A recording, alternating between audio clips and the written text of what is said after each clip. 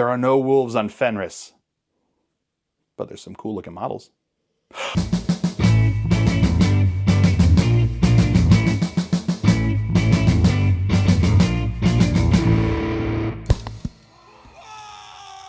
Welcome, ladies and gentlemen, to another Glacial Geek video. I am Phil, the Glacial Geek, and I am coming to you today with a video that I'm very proud of. I think this is going to be a lot of fun, and I think that you're going to enjoy it too. The Wolves of Fenris, a super cool, very Viking-y, wolfy, awesome kind of in-your-face kind of army that has some really cool bespoke models for them with their, Thunderwolf cavalry and a lot of really cool characters. And obviously, I'm a big fan of beards, so red beards are plenty within this realm of the line. But I don't own Space Wolves. I don't do Space Wolves because I'm a Dark Angels fan, and I am that's what I do. That's what I paint. That's my main Space Marine army. But when my friend's son decided that he wanted to get into the hobby because he wanted to be wanted to be like his father and do what his father was doing, he wanted to get in, and he decided to do the Space Wolves and take up the mantle of the Space Wolves. And I saw this as a great opportunity to both push myself as a painter, push myself as a hobbyist, but also to do something to help inspire the next generation of wargamers, my next group of competitors that I can play against in tournaments or in games. And I try to encourage every single person that wants to get into this hobby, and I will do everything that I can within reason to help them do so. So I can give them advice. I'll be there to help them along with questions that they have. And in this case, I thought it would be really nice to give this young man a model to help start his army and to help inspire him to do this. So I took it as a painting challenge to push myself, like I've been trying to do with my painting, to try a color scheme that I have not done before, and really push myself to try hard and make this model the best Space Marine that I've ever painted. And do so that I can give it to him, and he could be a leader for his army when he first starts out there, to give him some encouragement, to help him get out there on the table and help him throw some dice and become the future of wargaming, because that's how we do it. If we put up walls, if we put up gates, we're going to die off eventually. And if we encourage people getting into the hobby, if we encourage those who want to try the hobby, who want to be a part of it, then you're just going to be increasing the longevity of the hobby that we love. And that's what I want to do. So I thought this is a great opportunity to kill a whole bunch of birds with this one stone and really try hard. And hopefully show you guys how I painted the model. And if you want to try it yourselves, if you're doing Space Wolves, if you're doing a character, if you just want to try something new, or if you're trying something with the same kind of color scheme, I think it's a fun model to work with here. I used the model from the Deathwatch Overkill box, the Space Wolf from that, because I had an extra one sitting around. And I thought he'd be great to go along with this, and he's a really dynamic model. Without being a character model that I had to go out and buy, it was something that I had sitting around, and as opposed to just gathering dust, it'd be great to kind of hand it off to this young man and see him enjoy the model as opposed to just gathering dust for me. So, like I said, it was like the best of all these worlds that I could do, and let's see how it goes along a little like this. Starting off here, I have the model from the kill team, or Deathwatch kill team here. I give it a prime with a gray, and then I give it a base coat here of the Stratos blue, which is a Fanatic paint, and I just get it all over on the armor there, any bit of the armor there. And then move on to the chainsword here. I do down with a pure red. I really like a bright red chainsword. It just evokes like just nastiness, of course. I really like that there, so I put down the red on this one. And then we go in with a dark tone a dark blue tone over the armor. All the armor gets this down there. I really like the dark blue tone. It works really well for toning blue, obviously, but it just works really well. It's really dark, and it gets into the shades there, but it keeps that blue tone, the blue, which is really nice, as opposed to like a dark tone. I then go over all the metal bits with gunmetal, so this will be like the teeth and the handle of the chainsword, going on into his shoulder because he's a Deathwatch veteran here. I know he's a Deathwatch model here, but I decided to paint him up as the Space Wolf, obviously, because I just think it's really a rad-looking model and works really well for the Space Wolves, and has all the evocative feeling of the Space Wolves because of the cool nature of the model that was sculpted that way. We then go into his shoulder pad here with the space wolves over on this side. I use demonic yellow, get that all over the middle there. I try to be as careful as possible, but this was like a pretty useless endeavor there. I should have just really just try to get it down there, and realized I was going to have to go back over the trim of it when I finished painting anyway. I also used the yellow up on the parts of his backpack over there, as you can see. I also went with Dryad Brown now for all the leather bits, including the holster for his bolter that's on the back there. I think it's a cool thing to show that he's still WYSIWYG, still got the bolter there, but you can go there. I then went and painted the pelt that he has between his legs there, Burgundy Brown. You can also see there that I did the knee pad with the markings are actually marked off on there physically. Same thing with the backpack there. And I went with, again, the demonic yellow and the pure red on that one. You can see this is where the model is right now with most of the base coat done there. I then go over all the metal bits with the dark tone. I also put this all over the chainsword, including the red on there. Basically, most things got the dark tone if they're metallic or not the armor, basically. I then have this shoulder pad that I have. It has the embossed emblem of the wolf's head there, so I went with the matte black and painted that out. I really like working with those kind of 3D shoulder pads. Makes it really easy to pull things off. I then painted all of the gold bits, greedy gold, including his handle here. You can also see on his chest plate the emblem there. I painted that with the greedy gold. Anything gold here, he's got some trinkets hanging off of him that are also gold. I went in with a greedy gold. I really like that. I then did a dry brush of Paratrooper Tan over the pelt in the middle there.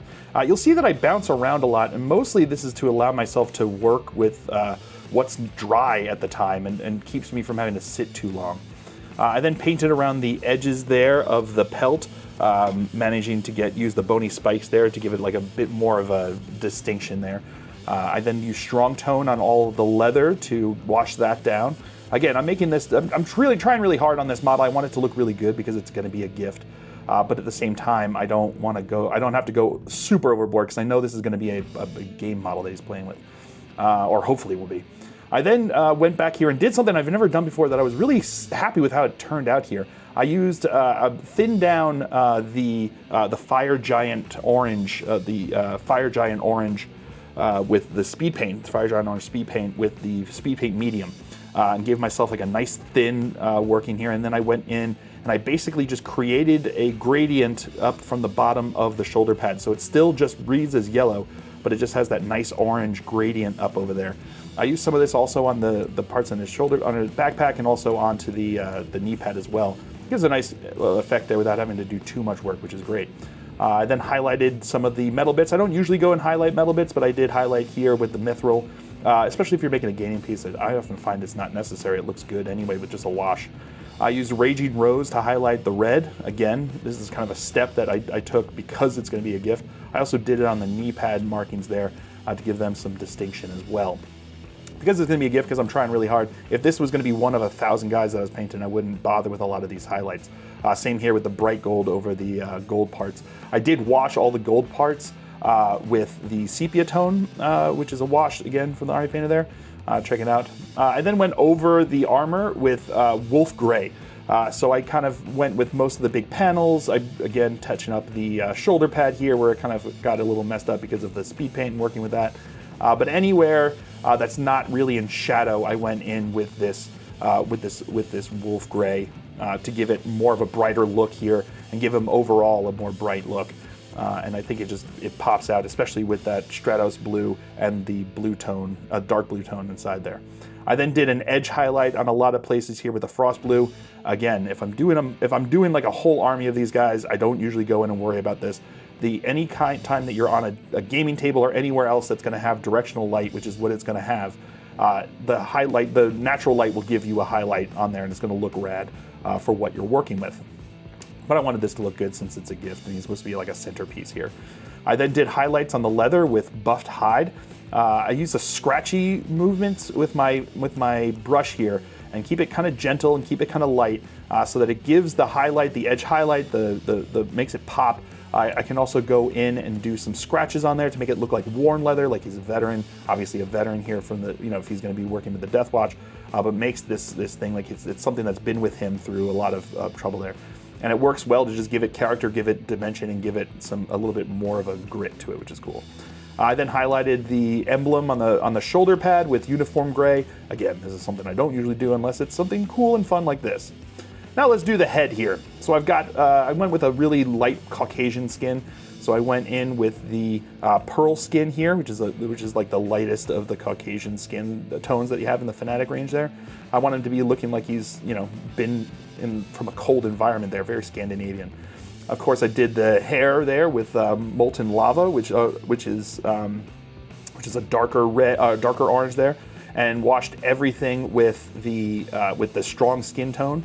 And then I highlight on the hair here with the lava orange, which is a brighter orange, just to give it some dimension. I even washed with the strong skin tone. I washed over the metal parts as well. Those were just with gunmetal. I forgot to show that one there, but just kind of go over here and make that mohawk look rad. I then went back and used pearl skin to highlight up on the face because it had been darkened down by the wash. And it's a more subtle, I don't need to highlight it and layer it up here. It's like just a more subtle highlight that I can get with just using the same base coat and just using the difference in tone from what the wash gave it.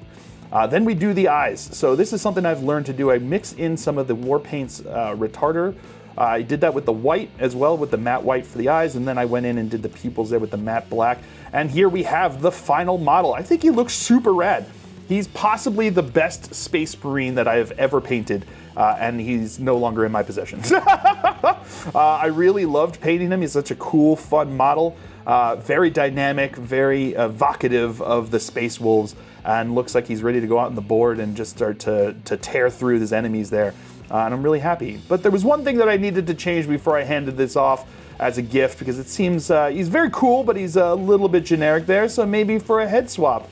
And indicate that, yes, indeed, he came from the Glacial Geek, making him a Glacial Geek Space Wolf here, throwing in that head. I think it's fun, and I think knowing that this is going to my friend's son, who I have a pretty good relationship with, he's super excited to have a Glacial Geek head here instead of just the regular one, and I think it looks awesome at the end, and I'm super proud and happy to hand this off to him, because I think he's going to really enjoy it.